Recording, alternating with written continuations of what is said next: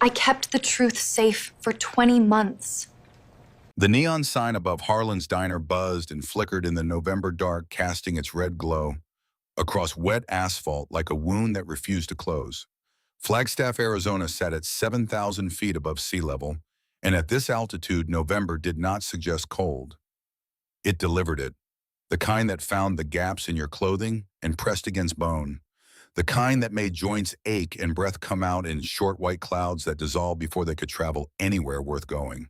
Della Boone had learned to manage that cold the way she had learned to manage most things in her 19 years, quietly, without complaint, without drawing attention to herself. She had been living behind the dumpsters of Harlan's diner for 4 months in 3 days. She knew the exact count because counting was something she did. Counting days, counting coins, counting the footsteps of strangers on the pavement before she decided whether to breathe or hold still.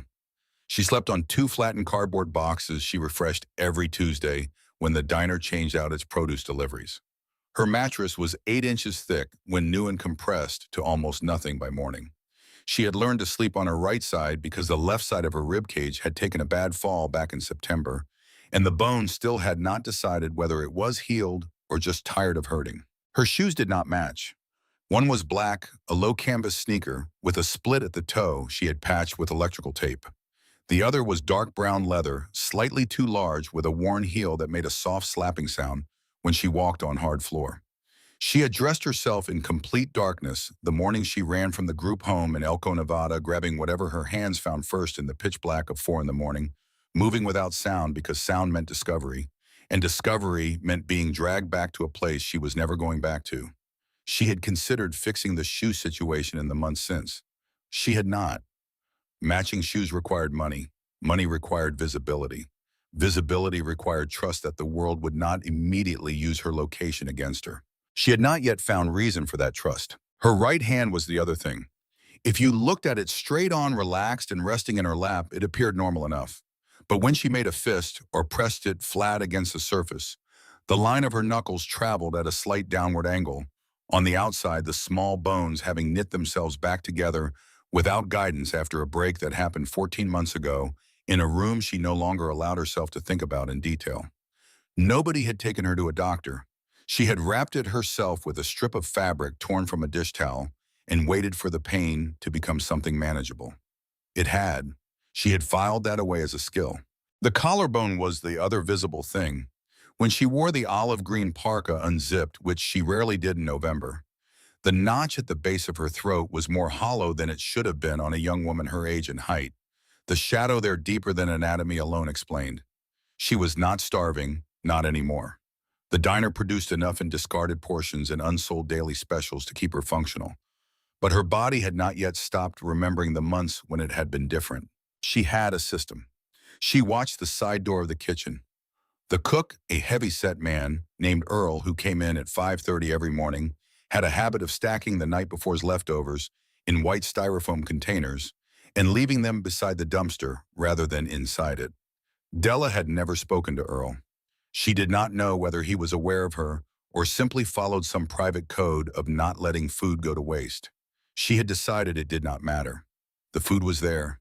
She took it. That was the arrangement, wordless and functional, and she honored it by leaving no trace of herself in the morning. Invisibility was not a preference. It was a discipline she had built over 20 months of necessity, refined until it operated below the level of conscious thought. She did not make eye contact with strangers. She did not linger near windows. She kept to the shadows at the edge of parking lots in the recesses behind buildings where the light from the street did not reach. When she moved through public spaces, she did so at a pace designed to suggest she was going somewhere specific, that she belonged to the geography she occupied, that she was not a 19-year-old girl who owned nothing except the clothes on her back and a folded piece of paper hidden in the lining of her coat. The paper was the one thing she had not been willing to lose. She had taken it from Norman Briggs's office the night she left. 3 pages torn from a spiral notebook, the handwriting cramped and tilted. The kind of writing a person produces when they do not expect anyone else to read it. She had read it. She had read it 6 times by flashlight in the bathroom of a gas station outside Battle Mountain, and she understood enough of what she was reading to know that she was holding something she could not allow to be taken from her. Names, dates, dollar amounts, Besides some of the names' ages, she recognized two of them, kids from the home, kids who had been transferred out on what Norman described to the county inspector as placement opportunities, kids Della had not seen since. She had folded the pages into a tight square and used a safety pin to attach them to the inner lining of her coat behind the left breast pocket where the fabric had separated from the shell. She had checked for them every single morning since. She did not know exactly what the pages proved. She knew they were the kind of pages that powerful people paid other people to make disappear. She knew Norman Briggs had noticed they were gone within hours of her departure because she had heard him screaming it through the closed window as she ran. She knew that a man who screamed that loud about 3 missing pages from a private notebook was a man who understood that those pages could end him. She had been running from that understanding ever since, but she had never once considered throwing the pages away. The night of the 11th of November began like every other night that month. Cold, clear, the stars above Flagstaff burning hard and close, the way they only did at altitude. Della had eaten her dinner an hour earlier, a container of beef stew that Earl had left with unusual generosity, and she was sitting with her knees pulled to her chest on the cardboard, her back against the brick wall of the diner, watching her breath cloud and dissolve in the dark. Then she heard the motorcycle. It announced itself from 2 blocks away, the low rolling thunder of a large displacement engine that she had learned to distinguish from smaller bikes by its cadence, the deep authoritative pulse of it against the cold air. It turned into the diner lot with the measured ease of a machine being handled by someone who had been handling machines like it for decades. The headlights swept across the asphalt and then cut off as the engine fell silent. The rider sat for a moment without moving. Then he swung his leg over and stepped down. Della pulled back slightly into the shadow, the instinct automatic, and watched. He was a large man, not tall in the exaggerated way, not a man who used his height to occupy space, but broad across the chest and shoulders, the width that came from decades of physical work rather than any particular effort toward it. His hair was iron gray, cut close at the sides and left longer on top, and his beard was thick and silver and covered most of his lower face. He wore a leather vest over heavy faded denim and a red flannel shirt beneath it, the vest carrying patches she could not read from this distance. His hands, even from where she sat, had the look of tools more than anatomy. Wide across the knuckles, dark at the creases built from decades of use. He was perhaps 65, perhaps older. Age had not diminished him. It had simply made him denser. He walked toward the diner entrance and stopped. He turned his head, just slightly, toward the shadows near the dumpsters. Della went completely still. She had not made a sound. There was nothing to see. He looked for 4 seconds, which was 3 seconds longer than most people looked at anything. Then he went inside. Della exhaled. She watched the door. Her rules were clear about strangers who noticed her. She mentally mapped her exit around the back corner of the building, through the gap in the chain-link fence at the far end of the alley, out onto Humphrey Street and east toward the underpass. She had walked that route in the dark enough by times to do it without thinking. The diner door opened again 8 minutes later. He came out carrying 2 large styrofoam containers and a cup with a plastic lid that released a thin thread of steam into the cold air. He crossed the parking lot and did something she had not expected. He did not approach her directly. He walked to within 10 feet of the shadow she was sitting in, crouched down and set both containers and the cup on the dry edge of the concrete where the overhang kept the pavement clear of moisture. Then he stood, looked at the containers and not at the shadow, and walked back to sit on the curb near his motorcycle with his back to her. Della did not move for a full minute. The smell was the thing that finally made the decision for her. Meatloaf, mashed potatoes, something with gravy that cut through the cold air with an authority the night had no answer for. Her stomach contracted around the smell before her brain had finished its calculations. She crept out of the shadow, took both containers and the cup, and retreated back to the wall. She ate standing, which she always did, prepared to run if the geometry of the situation changed. The meatloaf was thick and still warm in the center where the styrofoam had held the heat. The mashed potatoes had real butter in them. She knew this because she had not tasted real butter in 4 months, and her body recognized it immediately and made a sound about it somewhere in her chest that she quickly pressed down. She was halfway through the second container when he spoke. He did not turn around. His voice came from the direction of the curb aimed at the parking lot and not at her.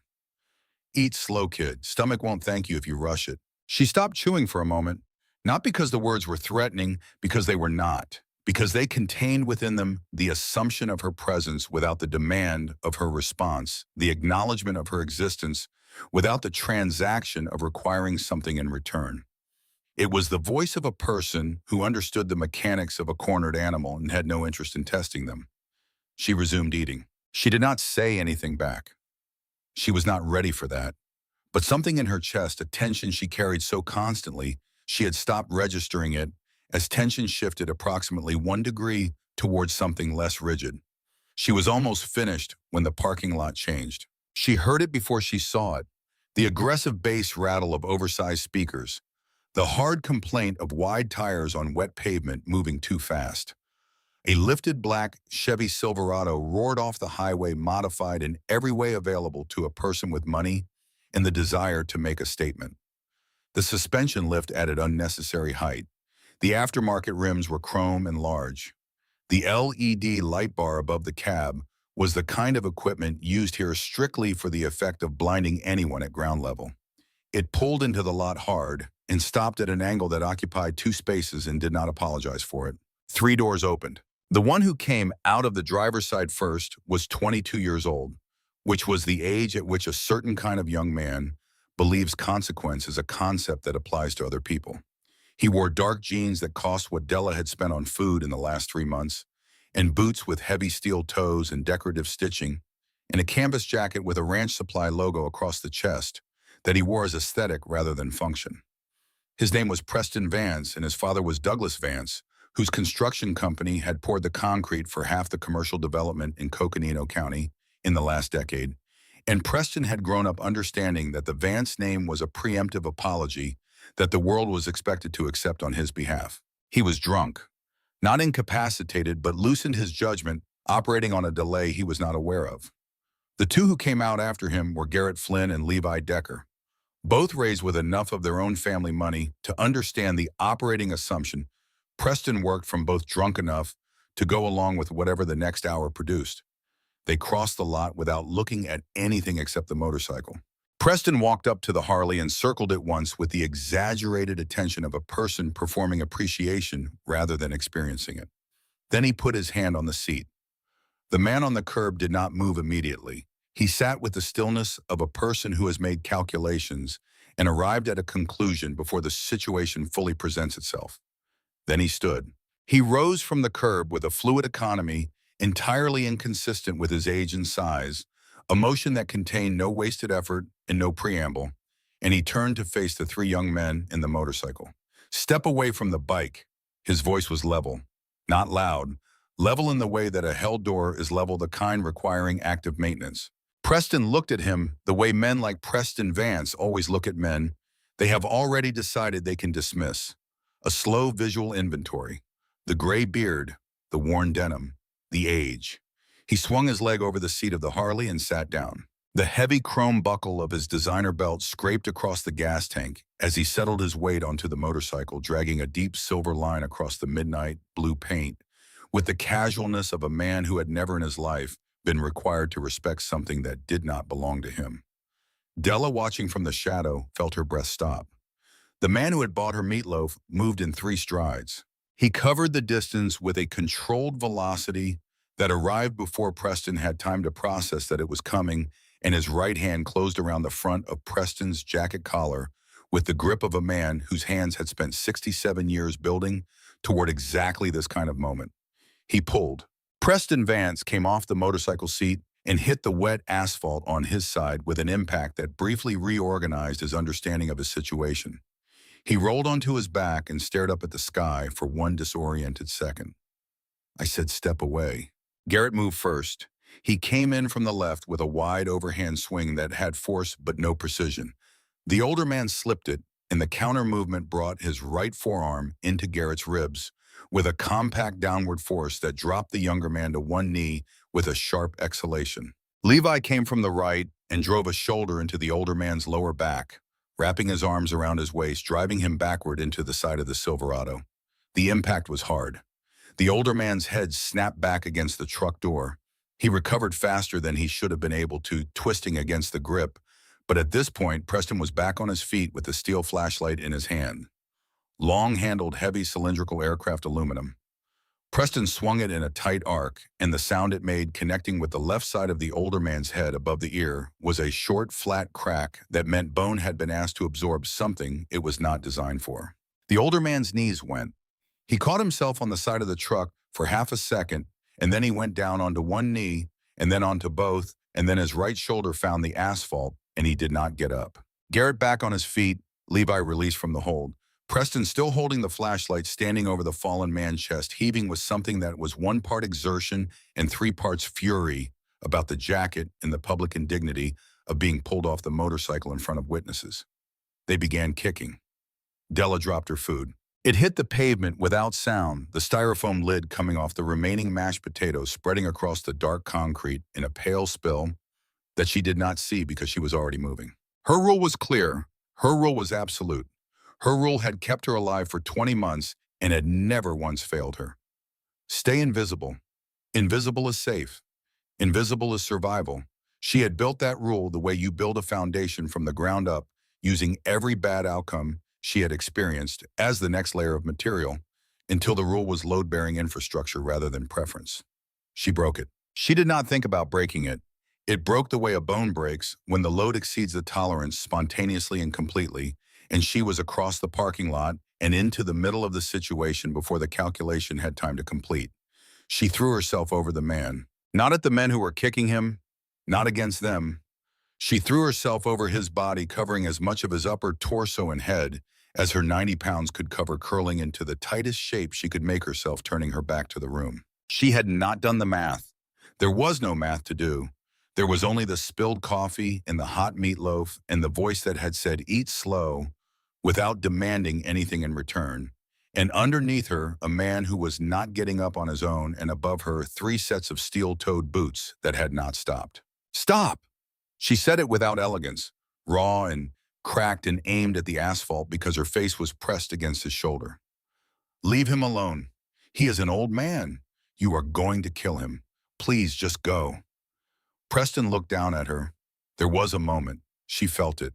The specific quality of a pause that is not compassion, but is rather the recalibration of a situation that has become more complicated than expected. "Get off him!" Preston's voice had the flattened quality of someone managing humiliation. "Get off, please." She pressed her face harder into the leather. "Please just go." His hand closed around the hood of her parka and pulled.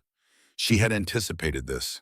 She had her fingers locked through the man's jacket lapels, her grip not on the fabric, but on the underlying structure, the heavy steel buttons, the thick seam where the lapel met the body of the jacket. Preston pulled harder. She did not come away. The parka hood stretched until the seam at the back of her neck strained against the pole, and still she did not come away. "Fine." Garrett breathing hard, wiping his mouth. "Let her have it too." The first kick caught her left shoulder blade, and she heard something in her upper back make a decision she had not been consulted about.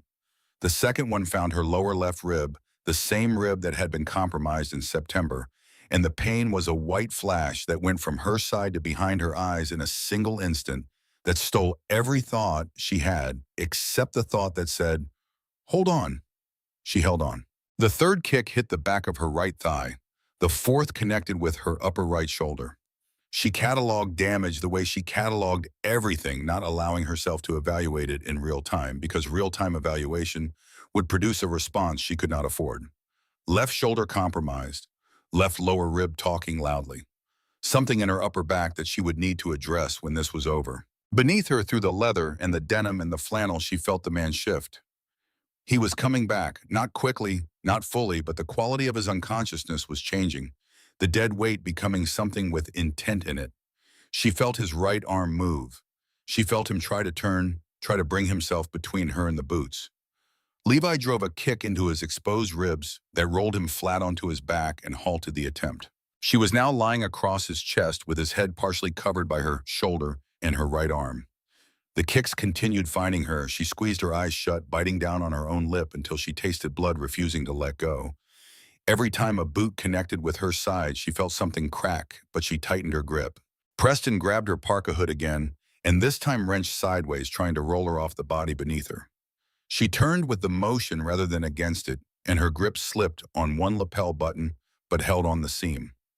The motion exposed the man's left side and in doing so, pulled his leather vest open. She felt the three men stop before she saw why. Not stop gradually, stop suddenly the way people stop when they see something that instantly reorganizes their understanding of what they have walked into. She turned her head. The leather vest had patches sewn onto it. The top arc white lettering on Red Hell's Angels. The bottom arc Arizona. The center a winged skull grinning up from the wet asphalt with an expression that had not changed in decades and was not going to change tonight.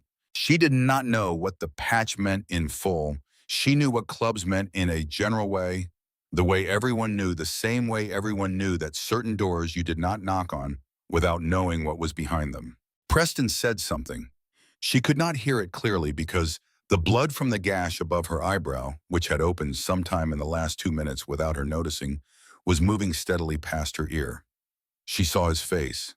He looked like a man who has opened a door expecting one room and found a completely different building on the other side. Levi was already backing away. Garrett followed. Preston delivered one final kick to her left hip, the action of a man salvaging what dignity remained to him in the only currency he had left, and then he turned and ran for the Silverado. The doors slammed, the engine fired, the truck peeled out of the lot and ran a red light at the intersection without slowing and was gone. Silence descended. Della stayed where she was for 3 breaths. 1, the left rib registering its damage with increasing insistence. 2, the blood past her ear warm against the cold air. 3, the understanding arriving that the immediate threat had departed and her grip did not need to hold anymore. She released the lapels. She rolled sideways off him and onto her back on the wet asphalt and stared straight up at the November sky above Flagstaff, at the stars burning their hard, cold light at 7,000 feet. And she breathed shallowly because deep was currently unavailable to her. The man groaned. She turned her head. He was trying to push himself up on his right arm, the left arm not cooperating, and blood from the blow above his ear had matted into his silver beard and was dripping from his jawline onto the asphalt in a steady dark pattern. "You," he said. His voice was a damaged version of the voice that had told her to eat slowly.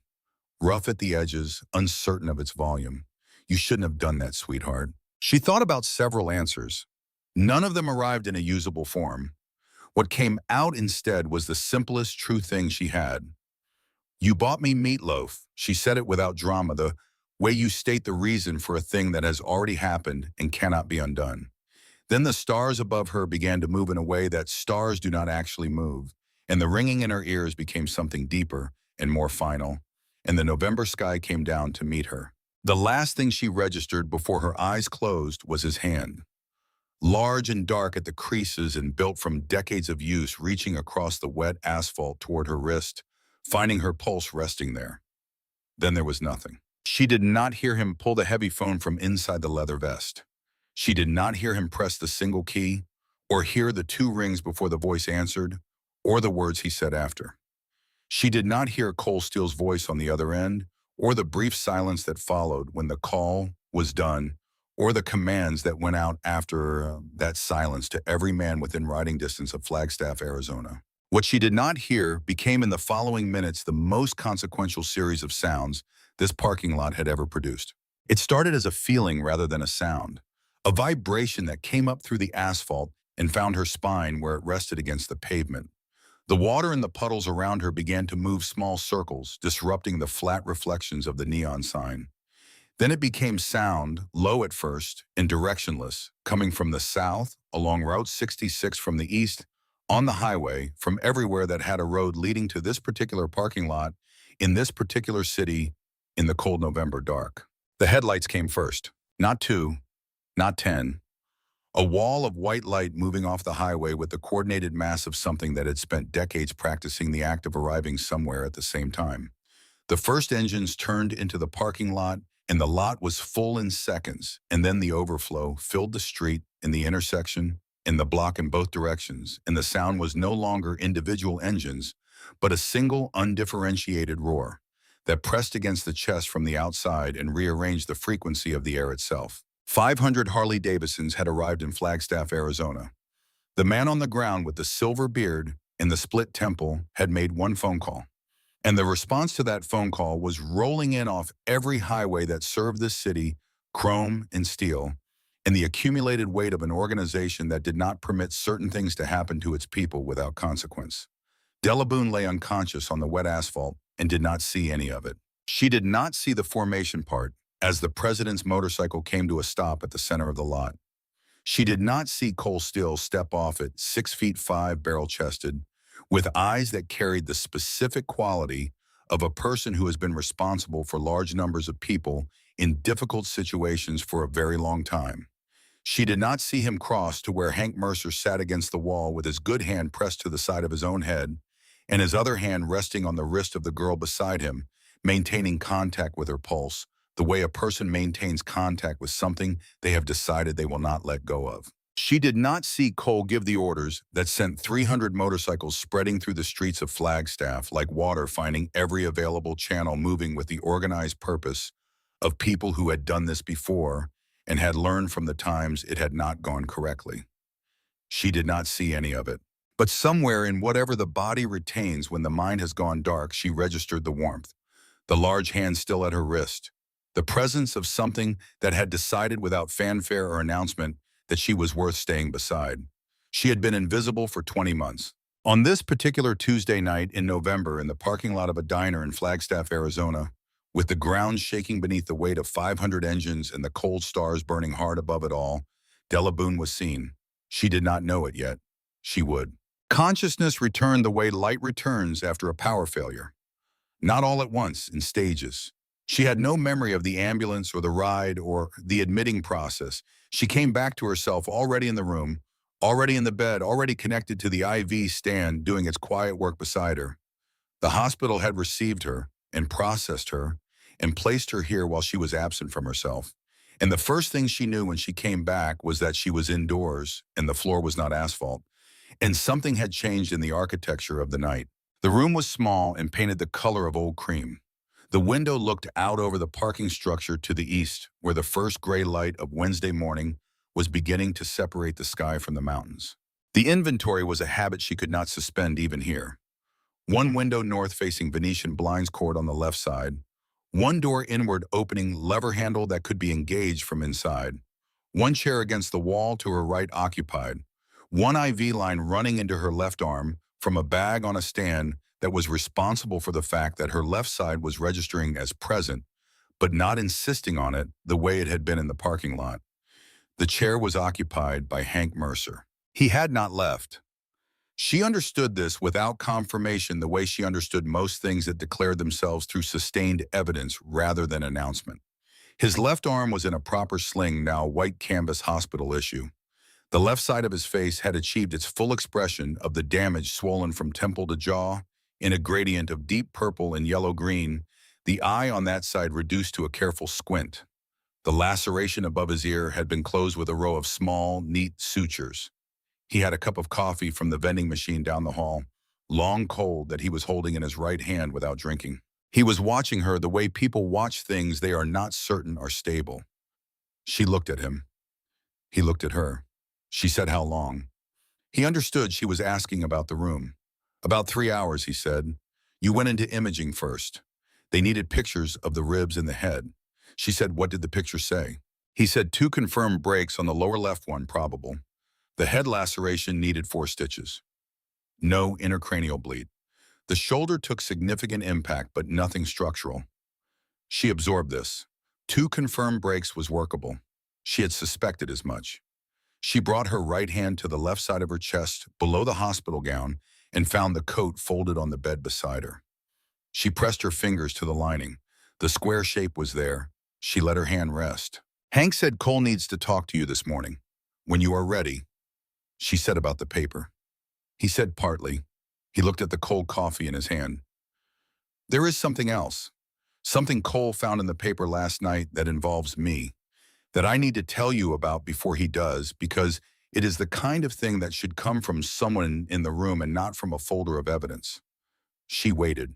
He took a long breath in through his nose and let it out slowly, the breath of a man who has been rehearsing a version of something and has decided in the last moment that rehearsal was not useful preparation.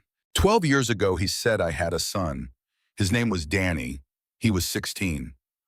I was serving time 18 months out of a situation I put myself into and do not make excuses for. While I was inside, Danny was placed into the state system. He ended up in a private residential facility in Nevada.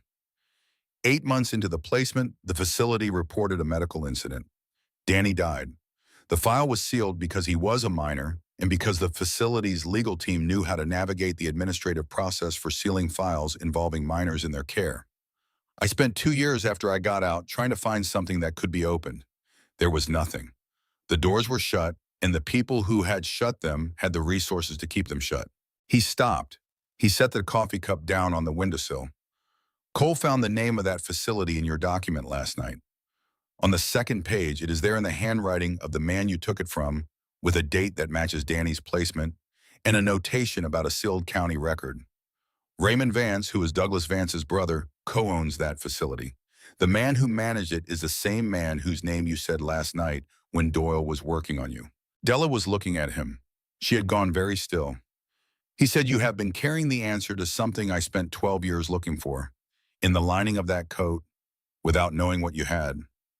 The room was quiet. The ventilation system moved air through the ceiling vent with a soft, continuous sound. Outside the window, the sky was lightening by degrees. She did not say, "I am sorry." She had learned early that "I am sorry" was a phrase that cost the speaker nothing and gave the recipient nothing of substance. She said something harder to say and more useful. She said his name was Danny. Hank said yes. She said, "I will tell them everything I know. Every name, every date, every number on those pages." I have been keeping it in my head the same way I kept it on the paper because I knew one day there would be someone who could use it. She paused. "I did not know it was for you." Hank looked at her for a long time. The swollen eye had something working in it that she could not entirely read but could register without difficulty. He did not look away. He did not minimize it. He did not tell her not to worry about it. He said, "Thank you." She nodded once. They returned to the quiet. Cole Steele arrived at 7:40 in the morning. He came in without knocking, the entry of a man who moves through spaces he is determined to be within his operational jurisdiction. He was accompanied by a woman Della had not seen before, middle 40s. Dark hair pulled back, carrying herself with the specific postural quality of someone accustomed to being the most informed person in a room. Cole said, "This is Agent Sandra Weir. She is federal. I called her last night. She has been working a case in Nevada for 14 months that you may have just provided the foundation for."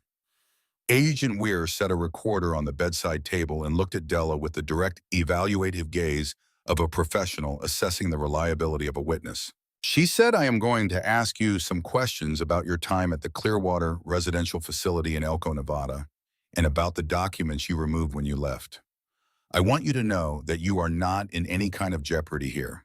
You are a witness and a victim, and those are the only categories you occupy in this matter." Della looked at the recorder. She looked at Cole standing against the wall with his arms crossed, not intervening, not guiding, leaving the space open for her to occupy it however she chose. She said, "I remember everything. I have been remembering it for 20 months because I knew I was going to need it." Weir said, "Start from the beginning." What followed was 40 minutes that Della would later think of as the longest sustained act of will she had ever performed, longer than the 4 months behind the dumpster, longer than the night on the asphalt. Because this required the opposite of disappearing. This required her to take every room, every date, every overheard conversation, every name written in cramped, tilted handwriting, and bring it out into the fluorescent light of a hospital room and lay it down on a surface where a federal agent and a recorder could see all of it. She spoke without interruption for the first 15 minutes. Weir listened with focused, unbroken attention, cataloging in real time, cross-referencing against the structure she already knew. Then Weir began asking specific questions, and the territory they covered went deeper. The names of the other children. Della gave 8. First names and last names for 6 of them, first names only for 2.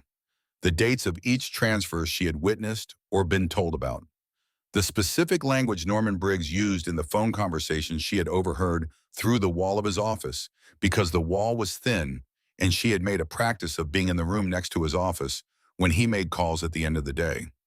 The name of the man Briggs called most frequently, a name she had heard so many times, it had become a sound she associated with the particular quality of Briggs's voice when he was conducting business he was pleased with. Raymond, he always called him Raymond.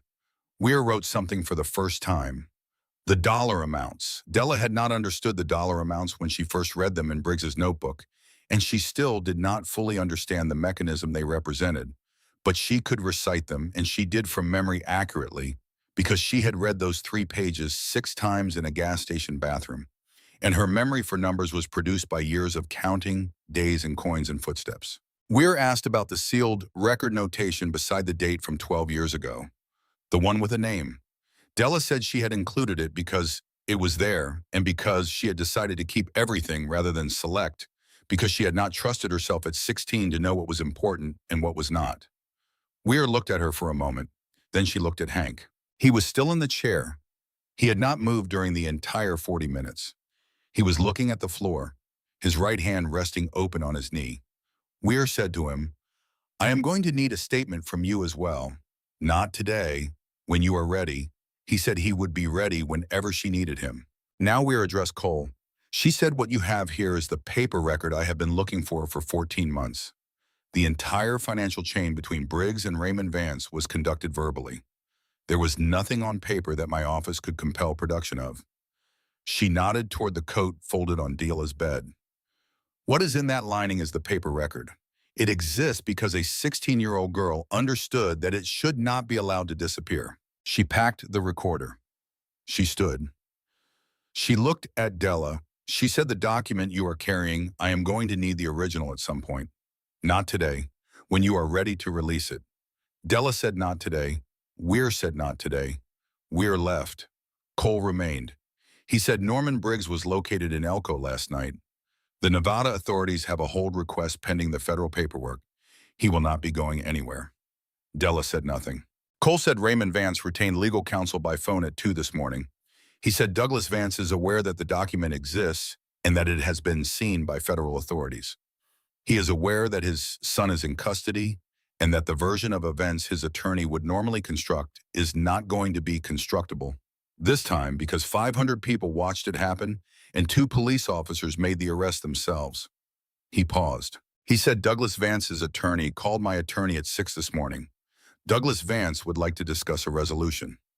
Della looked at Cole.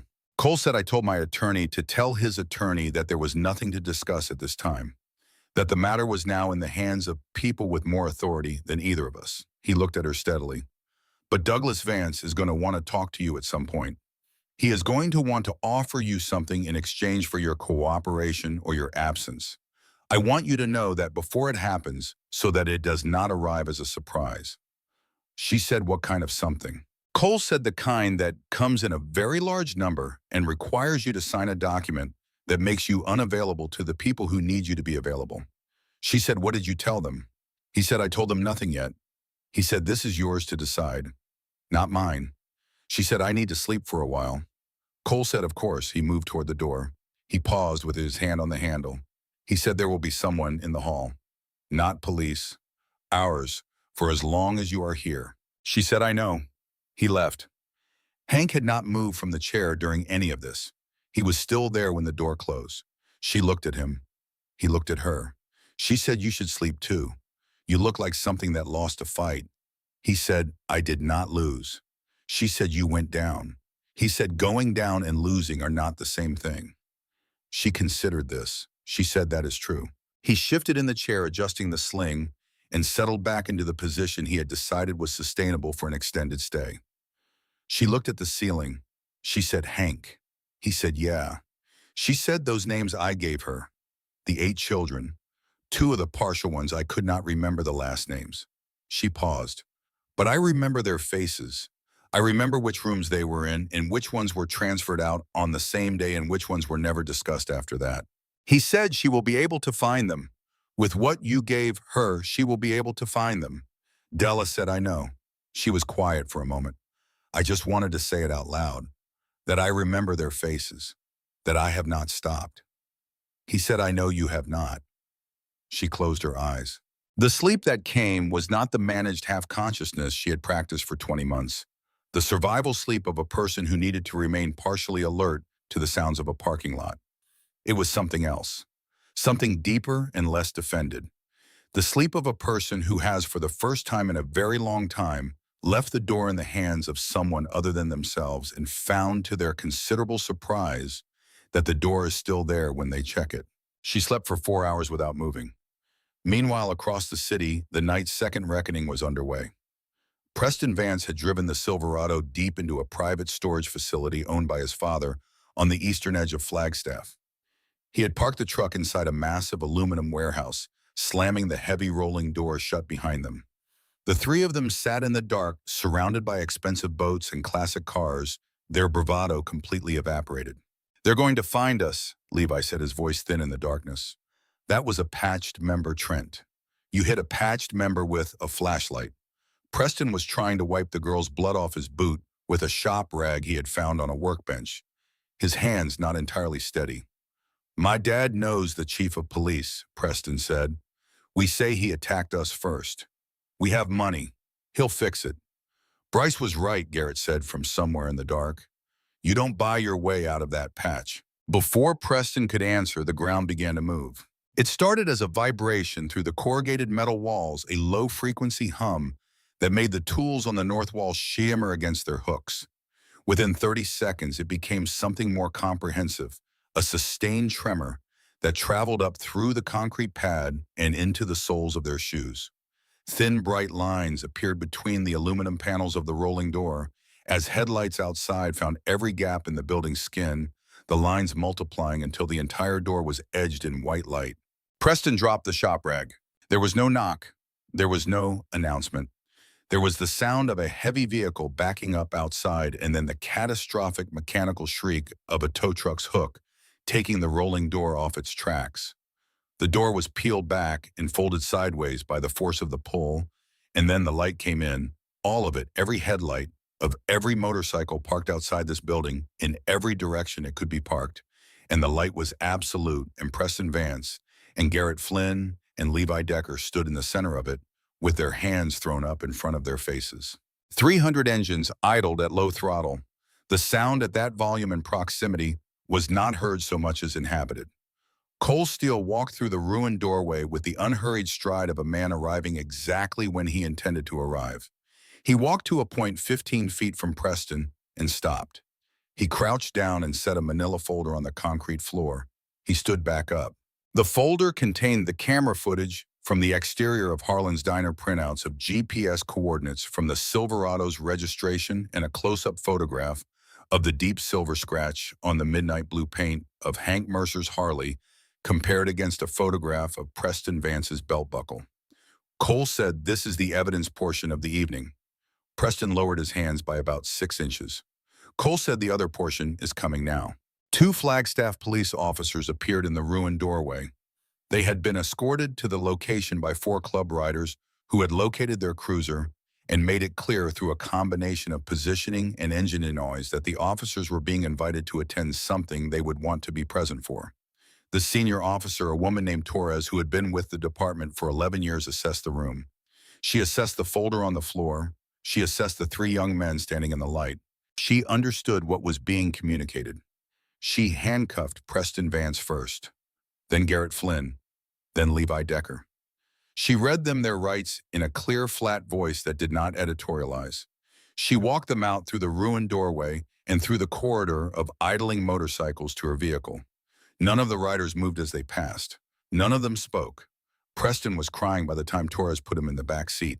His father was at the police department with his attorney when it happened, a manila folder of his own, having arrived via Cole's channels that evening, the contents of which had transformed the conversation Douglas Vance thought he was about to have. Douglas had arrived with a checkbook and the absolute confidence of a man who had resolved 3 previous incidents involving his son through the same mechanism. A call made at an inconvenient hour, a version of events filed that reflected poorly on no one named Vance, a settlement arranged through intermediaries. The motorcycle club had not been a variable in any of those previous calculations, and the 3 pages of handwritten notes in a spiral notebook had not existed in any of those previous calculations either. Douglas looked at the photograph Cole's attorney had provided. Names, dates, amounts. Besides some of the names' ages, he recognized the handwriting. He recognized several of the names. He set the photograph down on the conference room table with the measured deliberateness of a man who is not going to permit himself the expression that would otherwise be on his face. He said, "Call Raymond." Cole watched the police vehicle until its taillights disappeared. Then he turned and looked at the Silverado. He looked at the men around him. What happened to the truck happened efficiently and without emotion.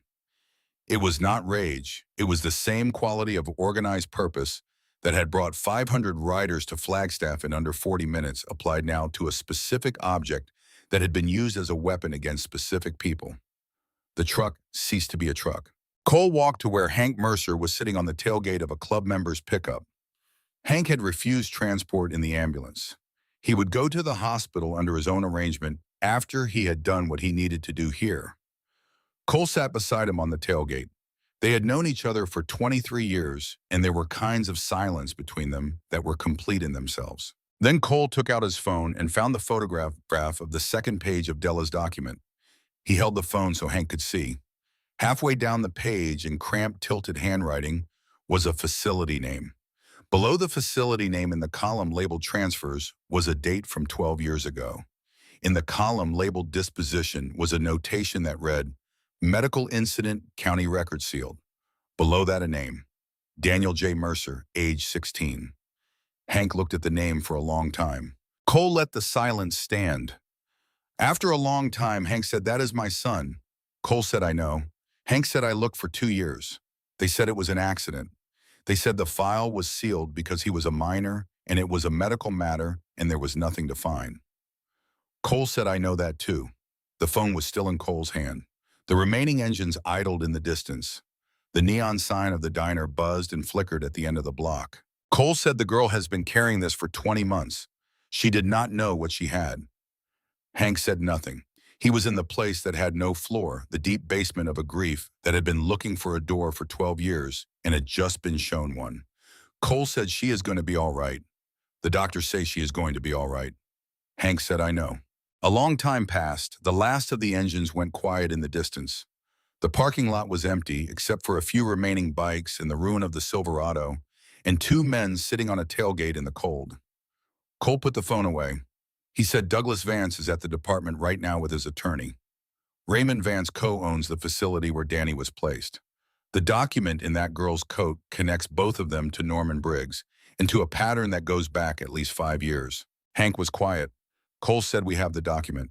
She has the memory of what she saw. Tomorrow we are going to need her to talk to someone who can use both of those things." He paused. "If she is willing." Hank looked out across the empty parking lot toward the diner. He said, "She will be willing." Cole said, "How do you know?" Hank said, "Because she does not let go." He said it simply the way you state a thing you observe directly without elaboration. He had watched her hands on his jacket for 40 minutes in that parking lot. He had checked her pulse when the hands finally released. He knew something about what it took for a person who had every reason to let go to choose not to. Cole looked at him. He nodded once. They sat in the cold for a while longer without saying anything else. Somewhere north of town, an ambulance they could no longer hear had already delivered a girl with 3 pages of handwritten paper sewn into her coat to a hospital room that would have a guard at the door for the remainder of her stay. Not a police guard, something more permanent. When Della woke, the chair was still occupied. Hank had his eyes closed, his chin dropped toward his chest, the coffee cup set on the windowsill. He was asleep in the specific upright way that people sleep when they have decided that lying down is not an option they are willing to take. She looked at him for a moment. Then she looked at the window. The parking structure outside was fully lit now in the morning light, gray concrete, and painted lines and the first few cars arriving for the early shift. Ordinary Wednesday morning machinery, indifferent to what had happened the night before. She thought about the 8 names, all of them. The ones she had given Agent Weir, and the ones she had not needed to give because they were written on the pages.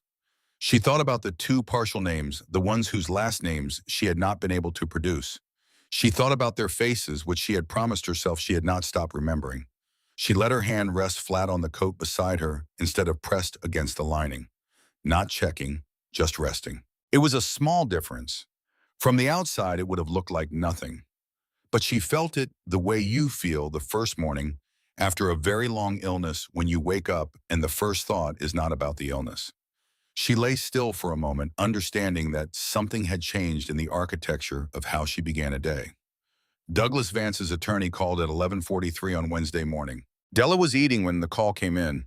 Hank had sent a young member named Callum to the diner 2 blocks over, and Callum had returned with a paper bag containing eggs, scrambled with cheese and peppers, thick-cut toast, a container of orange juice, and a second coffee for Hank. Della had eaten slowly because her stomach was operating on 4 months of cautious rationing and needed to be reintroduced to abundance gradually. She was finishing the toast when Cole stepped into the room and said the attorney was on his phone and wanted to speak with her. She wiped her hands on the paper napkin. She looked at Cole. He held the phone out without expression, neither encouraging nor discouraging, leaving the geometry of the moment entirely to her. She took it. The attorney's name was Gerald Phelan, and he had a voice designed for conference rooms, smooth and modulated, containing the practiced warmth of a man whose professional function was to make difficult conversations feel like reasonable ones. He said he was calling on behalf of Douglas Vance and that his client was deeply regretful about the events of the previous evening. She let him finish the preamble. He arrived at the point. His client was prepared to establish a trust in her name in the amount of $500,000 to be administered by an independent fiduciary with no restrictions on use. His client was also prepared to ensure that her existing legal status in Arizona was clarified and stabilized. All his client asked in return was that she understood the complexity of the situation and chose to let the appropriate legal processes work themselves out without her active involvement going forward. She let the pause extend for 3 seconds after he finished. Then she said, "Mr. Phelan, I want you to write down what I am about to say and read it back to your client word for word." Phelan said, "Of course." She said, "I do not want your client's money. I have been keeping a list in my head for 20 months. 8 names, and 2 of them I only have first names for, which means there are 2 children somewhere whose full names I do not know, which means there are 2 children whose cases may not be findable unless someone with more authority than me looks hard enough to find them. Your client has documents that could help find those children. I want those documents turned over to the federal agent working this case. I want Norman Briggs to stand in front of a judge and explain the entries in his notebook. I want Raymond Vance to explain his business arrangement in a courtroom where the explanation becomes public record. And I want the sealed file on Daniel Mercer, who was 16 years old, to be unsealed." She stopped. She said, "That is what I want, and I am going to be available to the federal investigation for as long as they need me to be available. Your client's money does not change that." Phelan was quiet for a moment. Then he said he would convey her response. She said thank you and handed the phone back to Cole. Cole looked at her for a moment. Then he said, "Weir is going to want to know about this call." Della said, "I know." She said, "Call her." Weir arrived within the hour. She confirmed that the request for the sealed record on Daniel Mercer had been filed through federal channels. She confirmed that Norman Briggs was in custody in Elko as of 9 that morning. She said to Della that what she had done with Phelan's call was exactly correct. She said it in the flat, informational way she said most things, not as praise but as confirmation. Della said, "What about the 2 partial names?" Weir said, "We are working from the facility's own records now. The documents your notebook pages reference have given us the access we needed to compel production." She said, "We will find them." Della said, "You are certain?" Weir looked at her steadily. She said, "I have been working this case for 14 months. I was 3 months away from having enough to move, and then I ran into a wall because a critical piece of the financial chain was handled verbally between Briggs and Raymond Vance with no paper record. What you are carrying is the paper record." She said, "Yes, I am certain." Weir left. The afternoon moved through the room. Hank had finally agreed to lie down on the second bed, a concession he had resisted until Doyle arrived at 2 in the afternoon, assessed the color of the skin around his sutured temple, and said something quietly into his ear that produced compliance where 4 hours of suggestion had not. He was asleep within minutes. She listened to his breathing and looked at the window and let the afternoon proceed without managing it. The next morning, Thursday, the hospital discharged her. The discharge paperwork had been handled through Cole's attorney in a way she was not fully briefed on and did not ask about in detail. What she understood was that the paperwork was completed and the insurance question had been answered, and when the nurse came in with the forms at 9 in the morning, the forms contained her name and her information and required only her signature. She signed. She dressed in new clothes that had arrived at some point during her stay. Jeans in her size, a thermal shirt, a gray wool sweater, socks, and boots that were the same size as the mismatched pair, and considerably more functional than either of them. She put the coat on last. She reached into the lining and unpinned the folded square and held the 3 pages in her hands for a long moment. They were worn at the fold lines. The paper had softened from months of being carried against her body through 4 states in 20 months. The ink was still legible. The cramped, tilted handwriting still moved across the page in its rows of names and dates and numbers. She looked at the pages for the last time as something that belonged to her alone. Then she folded them, put them in a clean envelope the nurse had left on the bedside table and sealed it. She wrote Agent Sandra Weir's name on the outside. She gave the envelope to Cole in the hallway. He took it with both hands and put it in the inside pocket of his vest. She said, "Make sure she gets the original." He said she will have it by noon. Della put her hands in the pockets of the new coat. The lining was empty. She stood in the hallway of the 3rd floor and felt the specific quality of an absence that was not lost. The paper was not gone. It was in motion. It was doing what it had been waiting to do for 20 months, moving toward the place where it could become what it had always had the potential to become. She was not carrying it anymore. She stood still for a moment, locating her imbalance in this new configuration, and then Hank came out of the room behind her, and they walked down the hall to the elevator. Outside, the November air was cold and clear and thin at altitude. 2 motorcycles were parked at the curb. Callum was on one of them. A woman Della had not met, 50s, short gray hair, a leather vest with an Arizona patch, was on the other. Her name was Rita, and she had been the one who brought the clothes. They rode to Hank's house on the east side of Flagstaff in a neighborhood of low ranch houses with gravel yards and old cottonwood trees that had dropped their last leaves and stood bare against the November sky.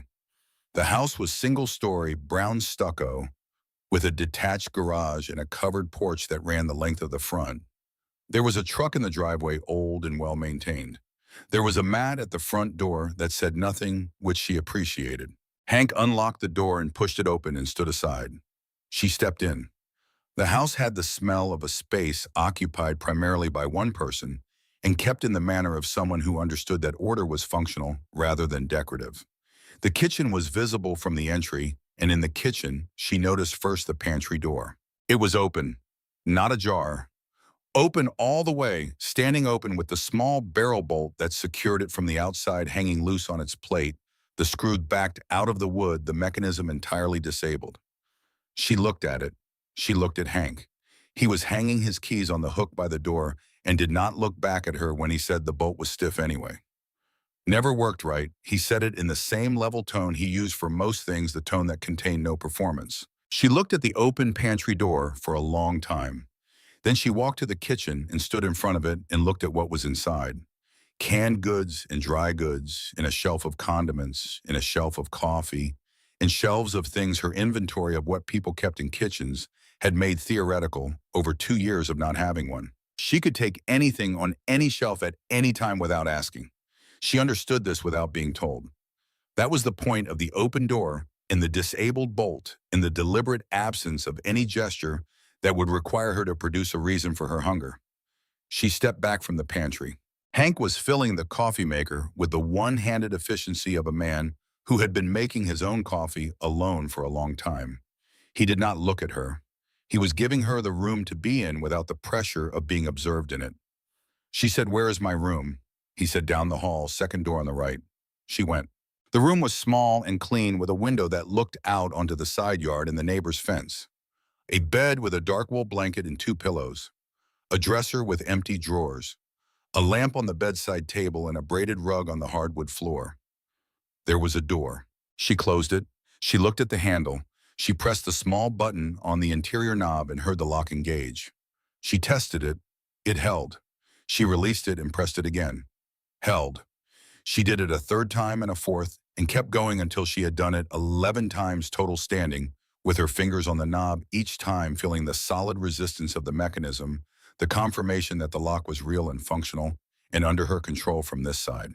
Then she let her hand drop and stood in the middle of the small room in the thin November light coming through the side yard window. She sat on the edge of the bed.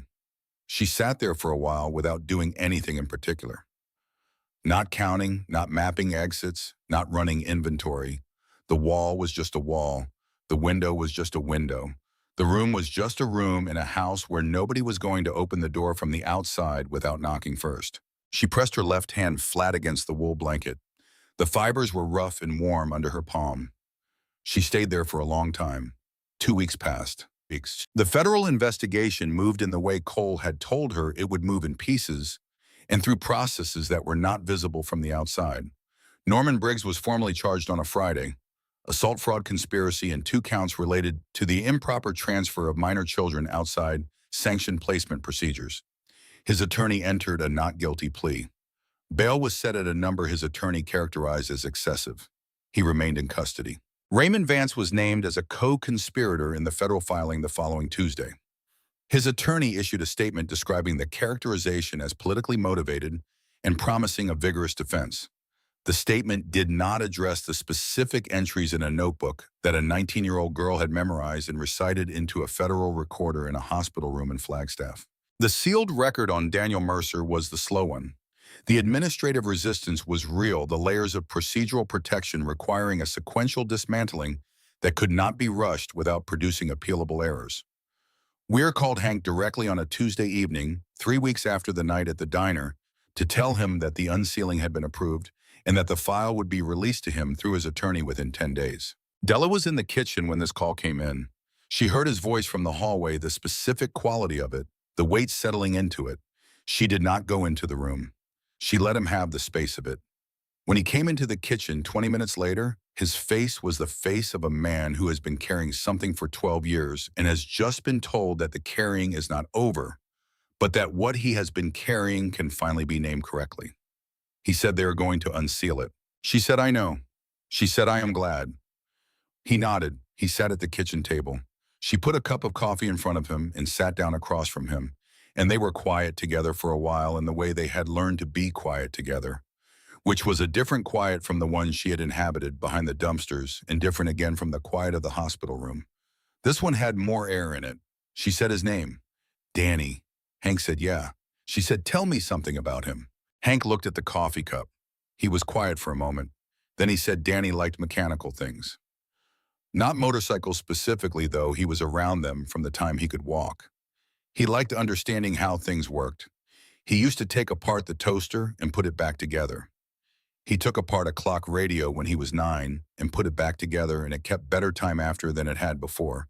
He paused.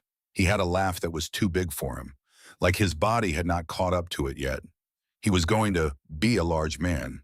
He had the frame for it already at 16. He stopped. He looked at something that was not in the room. She did not say anything. He said, "I think about who he would have been. I have been thinking about it for 12 years. He would have been 28 years old now. He would have been somebody." She said he was already somebody. Hank looked at her. She said, "I do not say that to make you feel better. I say it because it is true and because sometimes the true thing is the only thing worth saying." He was quiet for a long moment. Then he said, "You sound like a person who has been listening to other people's grief for a long time." She said, "I grew up in rooms full of people who had nobody to tell things to. You learn to listen." He said, "Yeah." The coffee sat between them on the table cooling. Outside, the November dark had given way to a December cold that came through the walls of the house in a low, persistent way and made the heat inside feel deliberate and chosen rather than simply present. She said, "Hank." He said, "Yeah." She said, "I want to stay." She said it plainly without preamble in the same flat tone she used for facts that did not require decoration. Not as a question, as a statement that was also a question in the way that certain statements are the ones that contain within them the willingness to hear no without making the asking itself contingent on the answer being yes. He did not answer immediately. He picked up the coffee cup and held it with both hands and looked into it. Then he said, "I already broke the bolt on the pantry." She said, "I know." He said, "There are empty drawers in that dresser." She said, "I noticed." He said, "The chair on the porch needs a new crosspiece on the right leg." He said, "I have been meaning to fix it so 2 people can sit on it at the same time without one of them going through the boards." He said, "I have not gotten around to it yet, but I am going to." She looked at him. He was looking at the coffee cup. His face had the expression of a person saying a complicated thing in the simplest language available, which was the way he said most things. And she had been in this house long enough to understand that the plainness of it was the point. She said, okay. He said, okay. The chair on the porch took him 4 days to fix. His left arm was still in the sling, and the repair required 2 hands. So he did it in stages a little each day, working at it in the hour of thin winter, light after the sun cleared the cottonwoods. She watched from the kitchen window the first day. The second day, she came out and sat on the porch step and watched from there.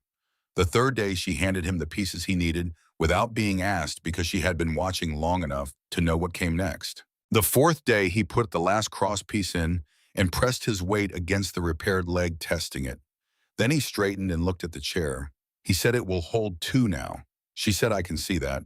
He went inside to start the coffee. She sat in the repaired chair. The morning air was cold and clean, and the cottonwood branches were bare against the winter sky, and the neighborhood was making its early sounds, a distant engine. A dog somewhere on the next block. The particular quality of a residential street at 7 in the morning, that was the sound of people beginning their ordinary days. She sat in the chair and looked at the street. She was not invisible. She was not counting exits. She was not reducing herself to the minimum viable presence that a dangerous world required.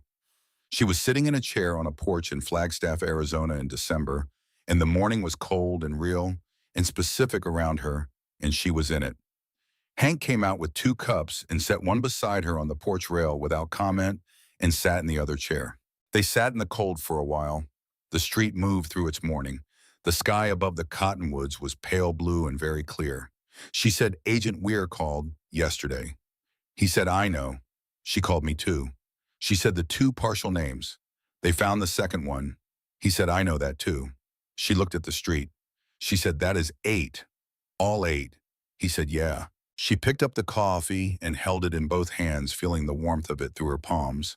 And she looked at the bare branches of the cottonwood and the pale winter sky above the neighborhood, and the ordinary street moving through its ordinary morning. Hank reached into his vest pocket and set something on the porch rail between them. It was a small photograph, old printed on the matte paper of the early 2000s, the color slightly faded. A boy, maybe 14 or 15 in this picture, sitting on the front fender of a motorcycle with a grin that was too large for his face, too much energy in it, the grin of a person whose laugh would fill a room before his body was big enough to fill it. She looked at the photograph. She could see Hank in him. Not the current Hank, not the iron gray beard and the weathered lines, but the structure underneath the broad frame, the quality of presence that came through even in an old photograph of a teenager who had not yet grown into what he was going to be. She said, "He looks like you." Hank said, "Everybody says that." She looked at the photograph for a long moment. Then she looked at the street. The morning continued. The coffee cooled by degrees. The cottonwood branches moved in a small, cold wind that came down off the San Francisco peaks to the north and moved through the neighborhood without urgency, the kind of wind that was not going anywhere in particular, just moving through. Preston Vance was sentenced 8 months later to 4 years in a state facility, the sentence reduced from the maximum by a factor. His attorney spent considerable effort constructing, and the judge spent less effort accepting than the attorney had anticipated. Garrett Flynn and Levi Decker received suspended sentences and probation. Their cooperation had been real, and the prosecution had used it.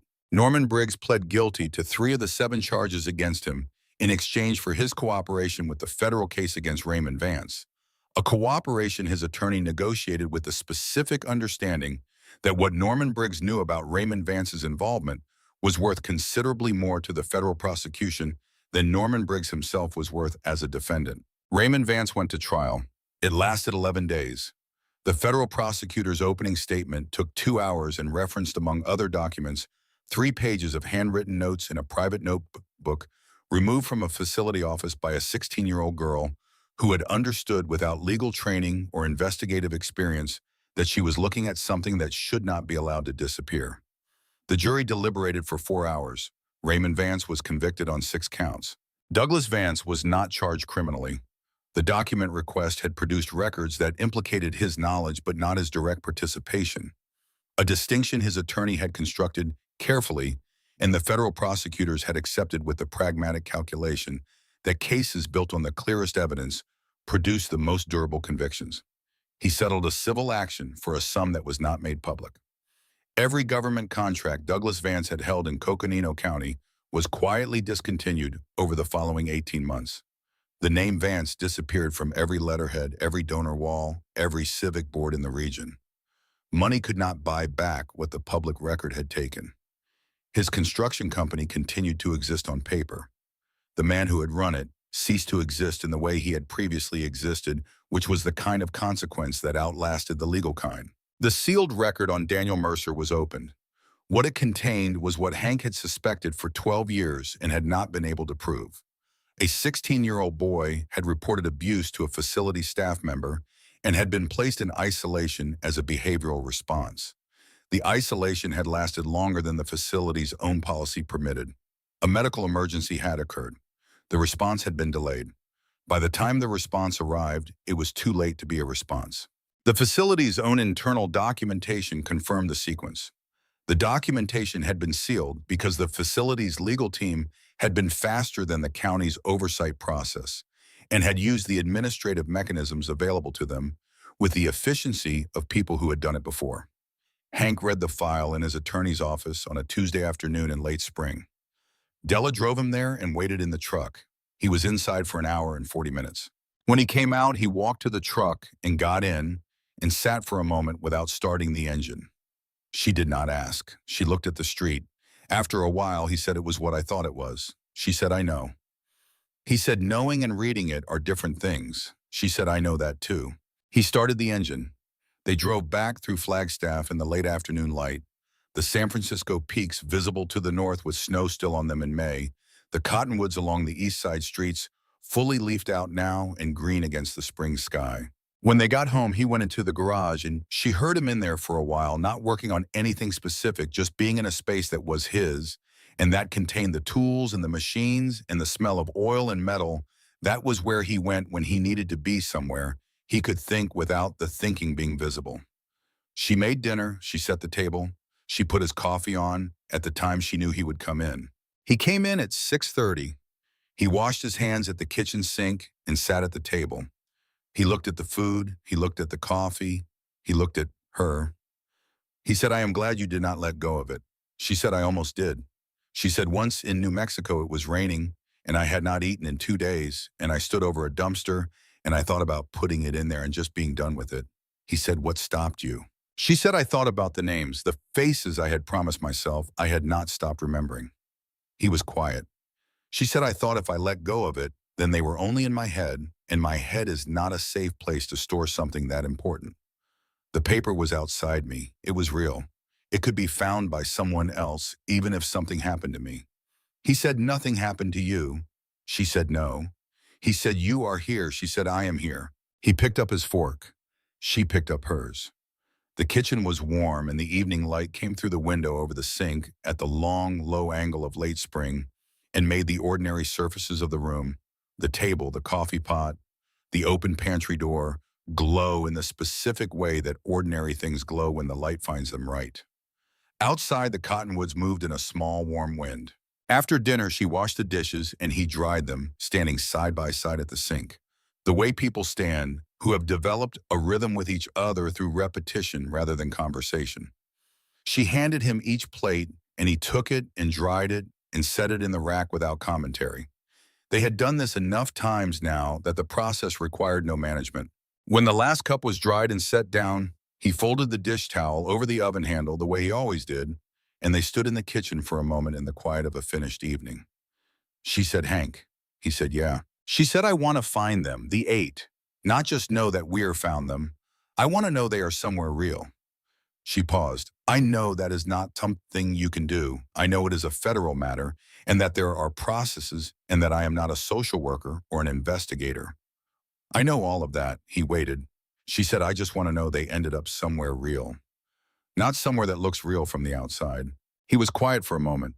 Then he said, "Weir owes me a conversation. I will call her this week and ask her what can be disclosed. I cannot promise what the answer will be." She said, "I know." He said, "But I will ask." She said, "That is enough." They went out to the porch then, as they had begun to do most evenings, when the weather permitted sitting in the two chairs on the porch that now held two people without complaint. The spring evening was warm enough that they did not need jackets, and the street was doing its after-dinner settling. The last light fading off the cottonwoods, a neighbor walking a dog on the far sidewalk, somewhere down the block, a radio playing, something too quiet to identify. She sat in the repaired chair with her coffee and looked at the street. She thought about the photograph of Danny on the fender of the motorcycle, the grin too large for his face, the laugh that would have filled a room. She thought about who he would have been. She thought about the 28-year-old man who did not exist, who had not been given the room to become whoever he was going to become. And she sat with that thought not because it was useful, but because some things deserve to be sat with. She thought about the 8 names. She thought about the 2 faces she had only first names for, and about Weir's voice on the phone saying we will find them, said with the flat certainty of a person who had been doing this work for 14 months and knew what the tools she now had in her hands were capable of. She thought about a gas station bathroom in Battle Mountain, Nevada, and a flashlight, and 3 pages of notebook paper read 6 times in the fluorescent light, while the tap dripped and the door lock held a 16-year-old girl reading a document she did not fully understand and deciding anyway that it could not be allowed to disappear. She thought about 20 months of the first waking gesture of every morning, fingers pressed against the lining of a coat, the confirmation of a square shape that meant the thing she was carrying was still in her keeping. She was not carrying it anymore. She looked at the street. The last light was gone from the cottonwoods now, and the stars were beginning to appear above the rooflines, a few at first, and then more the way they appeared at altitude, with a clarity and a closeness that was specific to 7,000 feet, in November skies and open country, and the street was quiet and the porch was warm enough, and the chair held without complaint. Hank sat beside her with his own coffee and did not say anything. She did not say anything either. The evening moved through them and around them, and the stars continued their long, slow work above the city, and the cottonwoods settled into the night, and the neighborhood went to its rest, and the 2 people on the porch sat in the specific quality of a silence that had been built from difficult materials over the course of a winter and had become in the building something that could hold weight. Della Boone had been 19 years old when she ran from a group home in Elko, Nevada, with 1 good hand and mismatched shoes and 3 pages of a notebook sewn into the lining of a coat she had grabbed in the dark. She had carried those pages through 4 states in 20 months, without knowing their full weight had kept them against her body through cold and rain and the sustained difficulty of existing without a fixed place in the world. She had not known what she was carrying toward. She had only known she could not let go of it. The street was quiet. The stars were out. The chair held 2 people without complaint. She was not invisible. She was just there.